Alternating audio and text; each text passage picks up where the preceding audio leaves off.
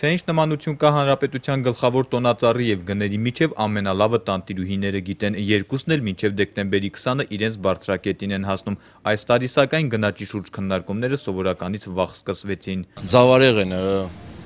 բարձրացել է, ասենք, նաեւ թխվածքաբիլիթների գները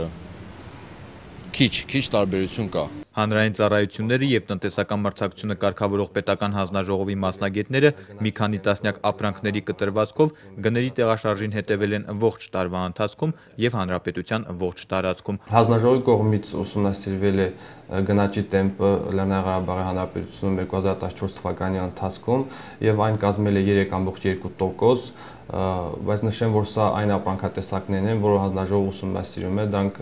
առաջի անհրաժեշտության ապրանքատեսակներն են եւ այն ապրանքատեսակներն են, որոնք մեր ուսումնասիրության համաձայն ավելի լայն սպառում ունեն։ Հացն ու հացամթերքը, կաթն ու կաթնամթերքը գրեթե նույնքան արժեն, որքան մեկ տարի առաջ առանձին ապրանքների դեպքում գնաճը ավելի զգալի է։ Անվիճելի առաջատարը տեղական տնական արտադրության պանիրն է։ Այն թանկացել է 50%-ով եւ արժե 1800 դրամ, նախորդ տարվա 1200-ի փոխարեն։ 50%-ով է թանկացել նաեւ կարտոֆիլը 300-200 դրամի դիմաց, 44%-ով հնդկաձավարն է թանկացել։ 1 կիլոգրամի միջինգին այսօր 720 դրամ է, նախորդ տարվա 500 դրամի դիմաց, 28%-ով խոզի միսն է թանկացել, 15%-ով խնձորը, նույնքան տոկոսով էլ ոսպը։ Իսկ հա մի շարք ապրանքների դեպքում էլ նվազում է արձանագրվել, էժանացել են բրինձը, բուսական յուղը, շաքարավազը, սոխն ու վարունգը, բենզինը, դիզվառելիքը եւ գազալցակայաններում շուրջ 10%-ով գազը։ Գների այդ փոփոխության հարցում որոշիչ են եղել հիմնականում արտաքին շուկայի ազդակները, մանրամասնում է Սերգեյ Գրիգորյանը։ Օրինակ հնդկաձավարի եւ ոսպի գների աճը ավելի բարձր տեմպեր ունեն, դրանք նաև պայմանավորված են արտասահմանյան շուկաներում այդ ապրանքատեսակների առաջարկի պակասության հետ։ Գնաճի վերջին ալիքի պատճառները հեռվում փնտրելու կարիք չկա, գրեթե առանց բացառության բոլորից կարելի է նույնը լսել, դոլարի թանկացումն է պատճառը, տնտեսագետները դա անվանում են դրամի արժեզրկում։ Երբանից երևի մի 10 օր առաջ արդեն նկատվում էր դա։ Մենք անընդհատ նայում ենք ընկերուհիներով ընդհանրապես ու արդեն նկատվում էր դա 10 դրամ անընդհատ, վերջերս ավելի շատ, ավելի արագ է նկատվում։ Խանութներում այդ ժամկետներն այսօր ավելի կարևոր նշանակություն են ստանում։ Վաճառասեղանին նույն ապրանքը կարող է միանգամայն տարբեր գներով հայտնվել, կախված նրանից Ստեփանակերտ է հասել դոլարի էժան, թե արդեն թանկացած ժամանակ։ Այն ապրանքները, որ հին կուրսով խանութները մենք առել ենք, դրանք մենք չենք կպնում, նույն գնով վաճառում ենք, բայց օրինակ մի 2 օր առաջ ես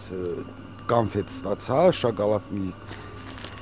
արդեն կուրսը հաշվում են 460։ Վաճառողների բարեխղճությանը հավատում են, բայց պարբերաբար նաև իրենց լիազորությունների շրջանակներում ստուգումներ են իրականացնում, որ հին ապրանքը նոր գնով չհասնի գնորդին, վստահեցնում է հանձնաժողովի ներկայացուցիչը։ Մենք ստուգում ենք այդ տնտեսվարող սուբյեկտների հաշիվ ապրանքագրերը եւ դրանով արդեն պարզ է լինում հին ապրանքի թանկացումը արձանագրվել թե նոր ապրանքատեսակ։ Դեռ էապես չեն փոխվել Հայաստանի Հանրապետությունում արտադրվող ապրանքների գները, խոսքը առաջին հերթին մսամթերքի, թխվածքեղենի եւ խմիչքների մասին է, սակայն դա երկար չի շարունակվի։ Վլադիմիր Ավանեսյանը չի ցանկանում, բայց վստահ է, մոտ ապագայում դրանք եւս կարող են թանկանալ։ Իհարկե չի մնա, որովհետեւ այն ֆաբրիկաները, զավոդները, որ ստանում են հումքը արտասահմանից, այդ հումքը դոլարով են առնում։ Ելքը տեղական արտադրությունն ընդլայնելն է, դասը ապագայի համար է, առ այսօր այդ ուղղությամբ կատարված քայլերի արդյունքները այսօրվա, տեղական կաթնամթերքը այսօր շուկայում նշանակալի կշիռ ունի։ Մեծ մասը, երևի 70% մեր տեղականն է եւ բողոք չկա։ Դեռ մենք չենք արձանագրել տեղական արտադրության ապրանքների գնաճ։ Այս դեպքում խոսքը միայն կաթնամթերքի մասին չէ, չեն փոխվել նաև տեղական արտադրության այն ապրանքների գները, որոնց արտադրական process-ի համար հումքը չի ներկրվում։ Սերգեյ Գրիգորյանը վստահեցնում է, առ այսօր գնագոյացման հարցում օրենքի խախտում չեն կատարել ոչ ներկրողները, ոչ էլ վաճառողները։ Ամեն դեպքում դոլարի գինը շարունակում է բարձրանալ, ամանորն էլ մոտենում է, այնպես որ հանձնաժողովականները զգոնությունը չեն թուլացնում։ Նորայր Հովսեփյան, Սամվել Սայյան, օր